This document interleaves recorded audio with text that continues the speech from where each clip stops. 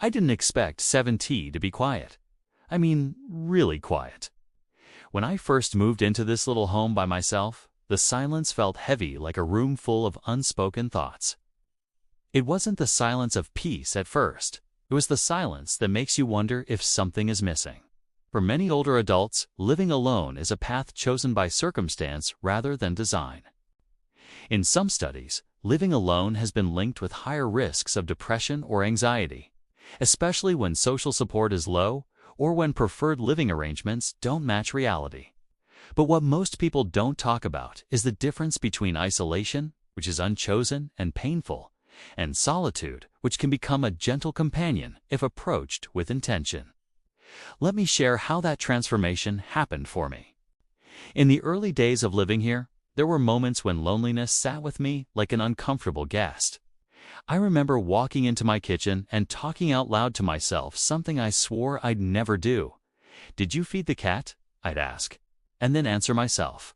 Soft laugh. There's a big difference between being alone and feeling lonely. Research shows that these are not the same thing. Solitude can be neutral or even positive depending on how we engage with it, especially when it's chosen rather than forced. For a long time, the world had conditioned me to believe that being social is the only path to happiness. But as I slowed down, I realized something profound. Solitude gave me something social connection alone could not: time with myself. Real, uninterrupted time. I started noticing small things. The morning light creeping across my living room floor. The way my favorite chair seemed surprisingly comforting. The birds outside my window chirping in patterns I never bothered to observe before. I began to appreciate the beauty of unshared moments, moments that were mine alone to experience. And with that shift came a subtle but powerful change inside me. Research on older adults also finds that not all solitude is negative. Some older adults who engage with periods of solitude show increased life satisfaction, personal growth, and psychological richness, especially when solitude is a choice rather than a consequence of isolation.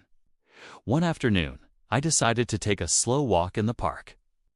At first, my mind kept whispering, "What am I doing here alone?"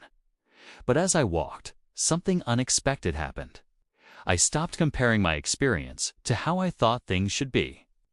Instead, I simply was calm, present. People sometimes assume that living alone is a sign of lost opportunities or reduced connection. It's true that older adults who feel isolated without meaningful social support can experience negative effects, like emotional distress or even health impacts. But research also suggests that active solitude, that is, solitude filled with purposeful activities and self-care, can be protective in its own way.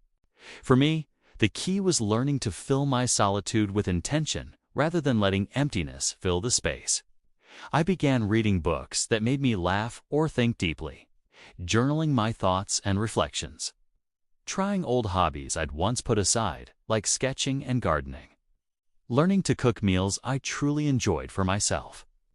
One of the things people never warn you about is how living alone sharpens your emotional awareness. You don't have the background noise of other lives to distract you. At first, that felt unsettling. But gradually, it became a chance to listen to myself in ways I never had before. There's a subtle shift that happens when you start to embrace solitude. You stop waiting for someone else to validate your joy. You find meaning in small routines, in the rhythm of your own heartbeat and breath. This isn't about pretending loneliness doesn't exist. It's about choosing a mindset that invites joy within the quiet.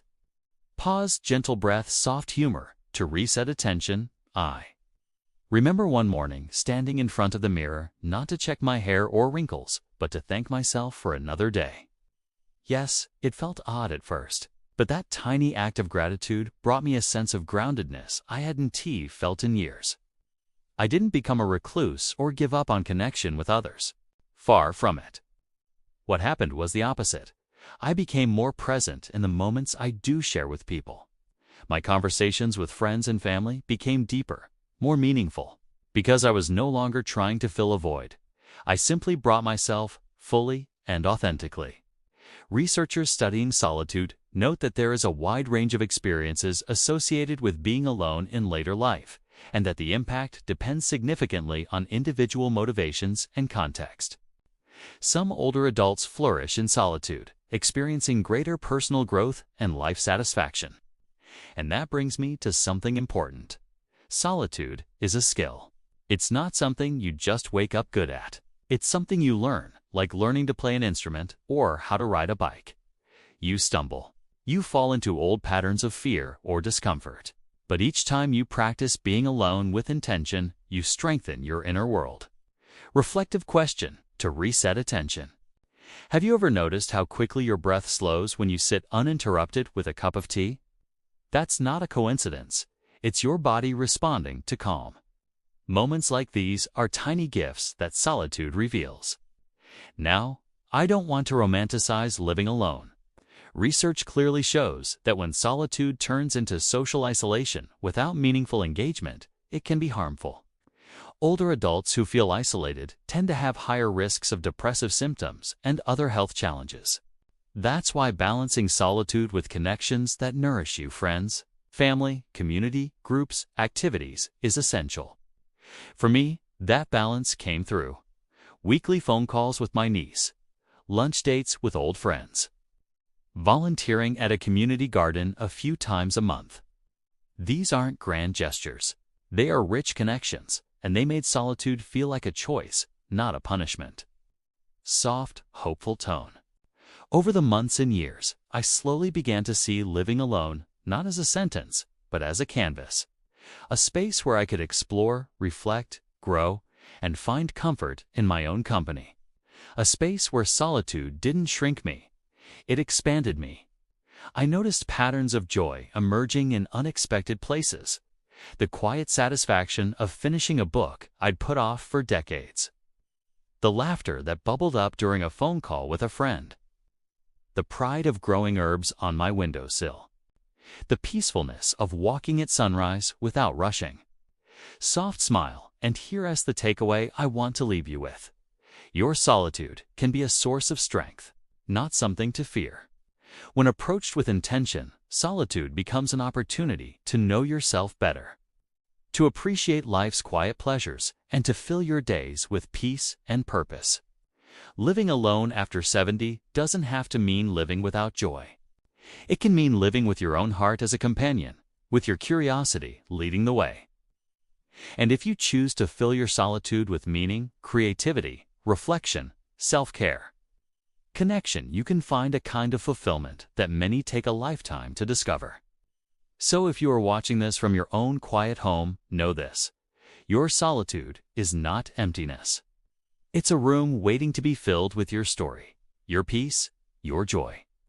And that is a beautiful thing.